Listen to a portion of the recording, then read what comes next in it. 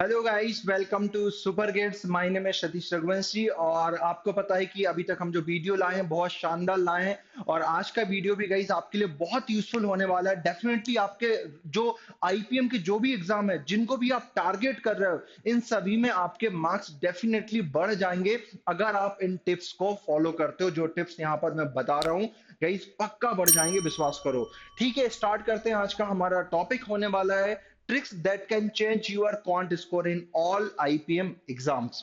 Right, इस पर हम आज चर्चा करेंगे। तो पहला पॉइंट क्या है? Understand the exam pattern. Guys, आपको सबसे पहले एग्जाम पैटर्न पता होना चाहिए कि वहां पर सेक्शन लिमिट है कि सेक्शन लिमिट नहीं है, कि भाई किन किन एग्जाम में सेक्शन लिमिट होती है, किन में नहीं होती। और आपको वहां पर सिलेबस पता होना चाहिए कि भाई यहाँ पर किस किस टाइप के क्वेश्चंस ज्यादा पूछे जाते हैं। तो आप पहले के जो टेस्ट हो चुके हैं, पहले के जो, सॉरी टेस्ट की नहीं, मैं फाइनल एग्जाम की बात कर रहा हूँ, जो 2023 के, जैसे रोहतक के हुआ, जिपनेट के हुआ, इंदौर के हुए और जो भी बीबीए के हुए, तो वहां के आप पेपर देख सकते हो। जो फाइनल पेपर हुए वहां से आपको ये पता चल जाएगा कि भाई इन टॉपिक से क्वेश्चंस ज्यादा पूछे गए हैं और ये हायर वेटेज टॉपिक है। उनके वीडियो भी हमने बना के डाले हैं, आप चाहो तो वहां पर आप देख सकते हो हमारे चैनल पर जाकर। ओके, तो वहां से आप ये सब काम कर लेना। तो सबसे पहले आपको पैटर्न क्लियर होना चाहिए, आपको सिलेबस क्लियर होना चाहिए, सिलेबस आपके दिमाग में फिट होना चाहिए हर एक सब्जेक्ट का, कि भाई इस सब्जेक्ट में ये आता है, इस सब्जेक्ट में आता है, बट इस सब्जेक्ट में हायर वेटेज किस टॉपिक का है, उस टॉपिक के ज्यादा क्वेश्चंस प्रैक्टिस करने, उन पे कमांड आपको ज्यादा करनी, पहले उन्हीं टॉपिक को हमें अच्छे से पढ़ना है। राइट, तो पहला पॉइंट क्लियर हुआ, understand the exam pattern. Right, second point है मास्टर फंडामेंटल्स। गाइस, फंडामेंटल्स बहुत अच्छे से क्लियर होना चाहिए। अगर फंडामेंटल्स आपके स्ट्रांग नहीं है तो आपको दिक्कत आ सकती है एग्जाम में। आप चाहो कि हम फॉर्मूला बेस पर डायरेक्ट चले जाएं, तो गाइस हर क्वेश्चन फॉर्मूला बेस नहीं होता।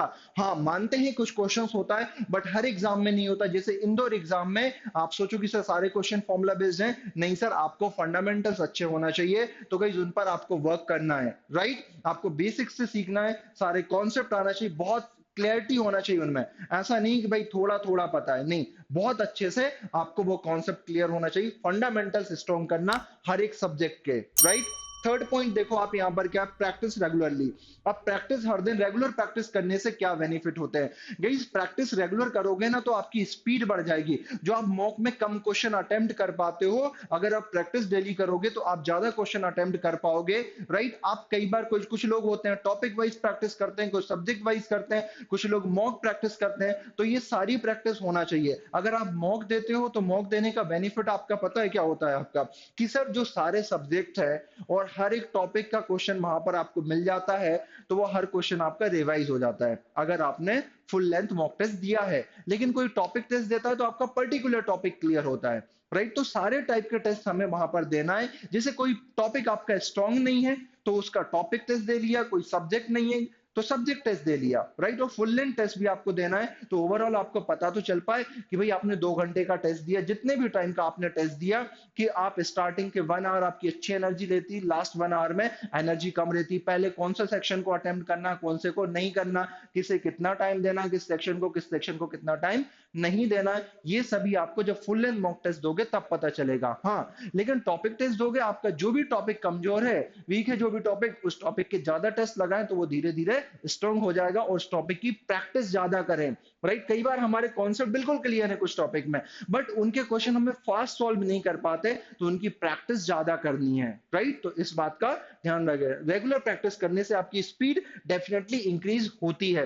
Use shortcut techniques. Guys, shortcut techniques का फायदा क्या है? अगर आप शॉर्टकट्स आपको आते हैं ना, तो आपको लंबा पूरा एक पेज का सॉल्यूशन नहीं करना पड़ेगा वहां पर एग्जाम में। राइट, और आप ज्यादा थकना भी नहीं है। तो शॉर्टकट्स टेक्निक हमें यहाँ पर सीखना, उनका फायदा ये होता है, जैसे फास्ट कैलकुलेशन हो गए, क्वेश्चन को शॉर्टकट टेक्निक से हमने सॉल्व कर दिया, तो उससे टाइम बचता है और उस टाइम को हम दूसरे क्वेश्चंस में यूज कर पाएंगे। तो गई शॉर्टकट टेक्निक्स वहां पर आना चाहिए। राइट, बहुत सारे टॉपिक्स में अर्थमेटिक में तो बहुत शॉर्ट टेक्निक्स होती हैं। राइट, तो वो आपको सीखना है और प्रैक्टिस करते करते खुद से कुछ शॉर्ट ट्रिक्स निकल के आ जाती हैं, तो इसलिए प्रैक्टिस का बेनिफिट ये भी मिलेगा और शॉर्ट ट्रिक को आसानी से आप अप्लाई कर पाओगे। तो शॉर्ट टेक्निक्स तो आपको आना ही चाहिए, जो आपका बहुत टाइम बचाएंगी और लेंथी क्वेश्चन में आप उस टाइम को यूज कर पाओगे। ओके, नेक्स्ट है manage the time, manage time. Right, time को मैनेज करना है। राइट, क्या पॉइंट है अपना? Manage time effectively. ओके, तो गाइज ऐसा नहीं है कि किसी एक क्वेश्चन पर ही हम लगातार फंसे हैं, उस पर ही फंसे रहे, 5 मिनट का टाइम दे दिए, गलती है। क्वेश्चन को आपको स्मार्ट वर्क आना चाहिए, क्वेश्चन को स्किप करना आना चाहिए कि भाई ये क्वेश्चन में मेरा 1 मिनट चला गया, अब मैं इसमें टाइम नहीं दूंगा। हमें अंदर से लगता है जब हम क्वेश्चन अटेम्प्ट कर रहे होते हैं, यार 1 मिनट का टाइम दे दिया यार, अब तो मैं इस क्वेश्चन को सॉल्व करके रहूंगा, या कोई मैथ्स वाला है तो मैथ्स का स्टूडेंट है तो वो ईगो पे ले लेता है। ऐसा कुछ नहीं है गाइस, हर क्वेश्चन के लिए इक्वल मार्क्स है। तो प्लीज उन क्वेश्चन में फंस रहे उन्हें स्किप करना सीखें, स्मार्ट वर्क सीखें, वहां पर ऐसा नहीं उसी में फंसे रहें, राइट। तो ऐसे आप वहां पर टाइम को मैनेज कर सकते हो। दूसरी बात, आपकी प्रैक्टिस अच्छी है तो बिल्कुल आपसे कम टाइम में ज्यादा क्वेश्चंस बनेंगे।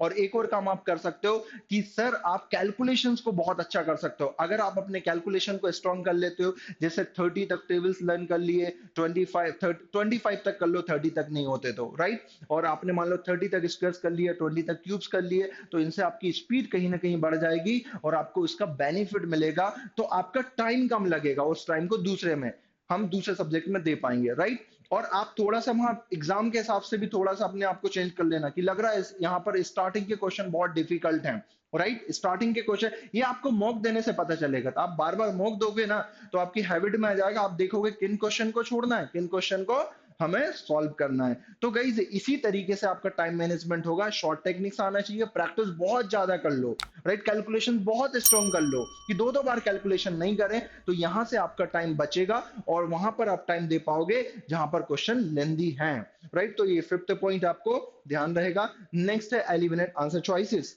राइट। ओके गाइज, ऑप्शंस आपको क्या करना, एलिमिनेट करना आना चाहिए। ऐसा नहीं कि हम बस वही वही सॉल्व कर रहे हैं। ऐसे 2 से 3 क्वेश्चन हर एग्जाम में फंस जाएंगे, आपके ज्यादा ही फंस जाएंगे, तो मैं मिनिमम बता रहा हूं कि आप वहां पर ऑप्शन एलिमिनेट करके आंसर टिक कर सकते हैं, राइट। तो ये भी आना चाहिए, लेकिन ये कैसे आएगा, जब आप मॉक दोगे ना तब ट्राई किया करो, हर क्वेश्चन में नहीं करना है। वो हम जब प्रैक्टिस करते हैं, जब करते करते करते दिमाग में बहुत सारी चीजें हमारे मतलब सेट हो जाती हैं, यार ये ऐसे होगा, ये ऐसे होगा, तभी आपको वहां पर करना है। नहीं हर कोई नया इंसान उसको ट्राई मत करना, गलत होने के चांसेस ज्यादा होंगे। Okay, last option, last point हमारा क्या होने वाला है, review and analyse mistakes. Guys सबसे पहली बात, लोग मॉक तो देते हैं बट उसका एनालिसिस बिल्कुल भी नहीं करते। तो मैं आप सभी से बोलूंगा, एनालिसिस करने का फायदा क्या है वो देखो। आपने मॉक दिया, राइट, आपने एनालिसिस नहीं किया, दूसरा मॉक दे दिया, तो आपको क्या पता कि आपसे गलती क्या हो रही, कि आप कोई कौन से सब्जेक्ट को पहले अटेम्प्ट करना चाहिए, कौन से को बाद में करना चाहिए, राइट। तो ये भी तो करके देखना है आपको, सर कौन से क्वेश्चन को स्किप करना, कौन से को नहीं करना। अब आप जब एनालिसिस करोगे ना मॉक का, तो आपको क्वेश्चंस ऐसे मिलेंगे, कुछ क्वेश्चन आपसे बन ही नहीं रहे, बाद में भी नहीं बन रहे, मतलब उस टाइप के क्वेश्चन को आपको प्रैक्टिस करने की जरूरत है और सॉल्व करना, उन कॉन्सेप्ट को सीखना है, मतलब वो वाले कॉन्सेप्ट आपके क्लियर नहीं है, तो उस टाइप के क्वेश्चंस को आपको ज्यादा प्रैक्टिस करनी है। हाँ सर, हमसे मॉक के टाइम पर वो क्वेश्चन नहीं बना, बट बाद में क्वेश्चन बन गए जब हमने एनालिसिस किया। तो गाइस अगर क्वेश्चन बाद में बन गए, इसका मतलब आपको कॉन्सेप्ट आता है, आपकी स्पीड अच्छी नहीं है। आपको स्पीड बढ़ाने के लिए उस टाइप के क्वेश्चन की ज्यादा प्रैक्टिस करना है, और जो उसमें यूज हो रहा है, मतलब कुछ फॉर्मूले यूज हुए होंगे, कुछ फंडामेंटल्स यूज हुए होंगे, तो वो आपके अच्छे होना बहुत ही जरूरी है, राइट। तो आपको एनालिसिस करने से बहुत सारा कुछ सीखने को मिलता है कि अच्छा इस टॉपिक की प्रैक्टिस करना है। अब जैसे कोई टॉपिक आपका नहीं हुआ, भाई अच्छे से नहीं हो पा रहा आपसे, हमेशा हर बार 2-3 मॉक में आपने देखा कुछ टॉपिक के क्वेश्चन हमसे बनते ही नहीं है सर, तो वहां के टॉपिक टेस्ट लगा लो, आप पर्टिकुलर टॉपिक के टेस्ट लगा लो, स्पीड भी बढ़ जाएगी, क्वेश्चन भी बनने लगेंगे। बात समझ में आ रही। तो इस तरीके से अपनी प्रिपरेशन को बूस्ट करना है आपको।